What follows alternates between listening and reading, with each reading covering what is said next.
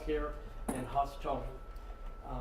My client went into deep depression, and that business, both businesses, began to fail. Trying to work on the charity and trying to keep his business going.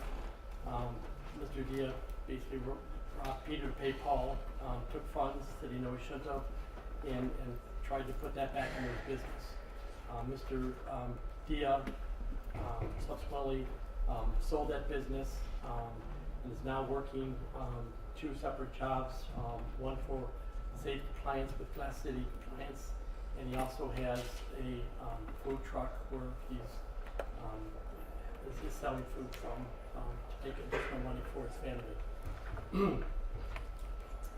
Mr. Dia fully cooperated with the investigation.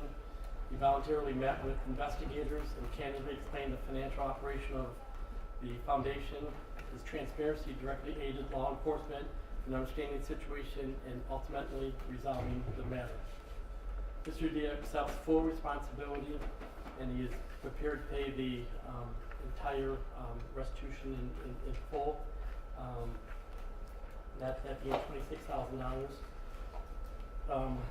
Mr. Dia is 55 years old. He's the sole provider for his wife and 2 minor children, ages 12 and 6.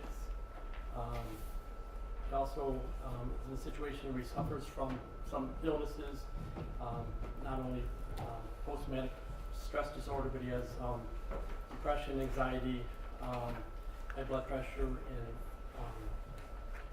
heart conditions. We're asking the court that if they deem that any sentence is required of Mr. Dia, that he be given the opportunity to do that in work release, so we can continue to support his family and continue with those jobs. Mr. Dia is certainly in a position now to make a statement on his own. Thank you, Mr. Dia. Would you like to make a statement to the court before sentence is imposed? Yes, sir. I just want to say, I'm very sorry. Sorry to the community that trusted me to do the right thing. I wanted to do the right thing. I messed everything up.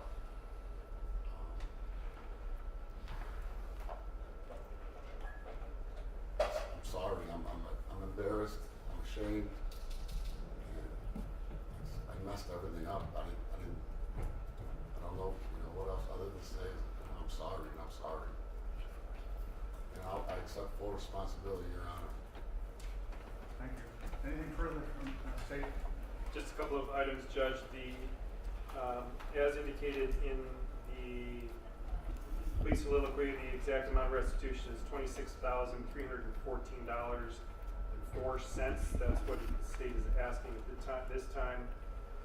Additionally, Judge, the facts and circumstances surrounding both counts was clearly elicited at the plea hearing.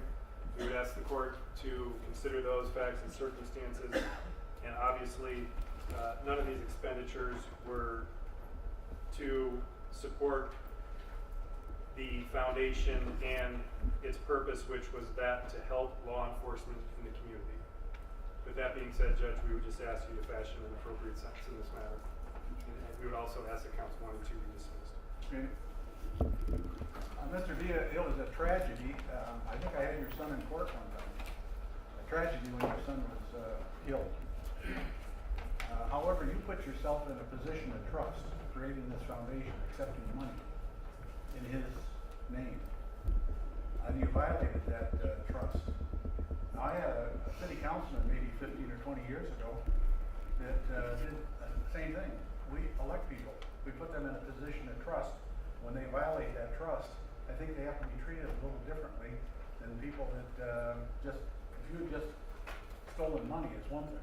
Stealing money under these circumstances is very objectionable to me as a judge. So I'm going to put you in jail for a while. It will be the order of the court, the defendant having been convicted of count 3 of the offense of grand theft in violation of 29-1302A2 and B2 of felonies of 4th degree, as well as count 4 telecommunications fraud in violation of revised code section 29-1305A E1 also a felony to the 4th degree. The court, having conducted a hearing pursuant to 2929.19, having afforded the defendant and counsel rights to make statements pursuant to criminal rule 32A1, the court has considered the principles and purposes of sentencing. Any victim impact statements I've received in letters and a pre-sentence investigation prepared by the Lucas County Adult Probation Department. The court finds the defendant shall be placed on community control of the Lucas County Adult Probation Department for a 3-year time period on the following terms and conditions: that he spend the first 180 days at the Corrections Center in Northwest Ohio, that upon his release that he seek and maintain gainful employment, that he not be convicted of any state, federal, or municipal offenses, that he not ingest any illicit substances, that he use a random urinalysis to verify that, that he make restitution in the sum of at least $26,000, pay the court costs and supervision fees. The court specifically finding the defendant has the ability to make those payments. As it relates to the plea agreement in this case, counts 1 and 2 will be dismissed or nollied at the request of the state. Mr. D, I need to also advise you that if you come back here and you violate the terms and conditions of this probation or community control, and you go to a state institution, it will be for a time period of 18 months. I would run those sentences concurrently, which means together. Also, if you do go to a state institution, you subject yourself to post-release control on your release. The post-release control could be up to 2 years, discretionary with the adult parole authority. If you do receive the post-release control and you violate the terms and conditions of that post-release control, the parole authority can increase your sentence up to a maximum of 1 year for the time remaining on any post-release control. The defendant will be remanded to custody of the Lucas County Sheriff and delivered to the Corrections Center for the imposition of that portion of the sanction. Good luck.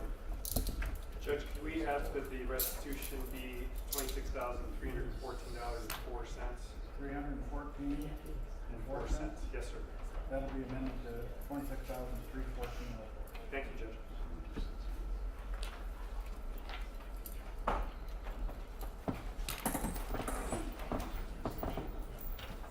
I'll take a brief recess if you want to disassemble your equipment so you can get out of here, unless you want to stay for something else.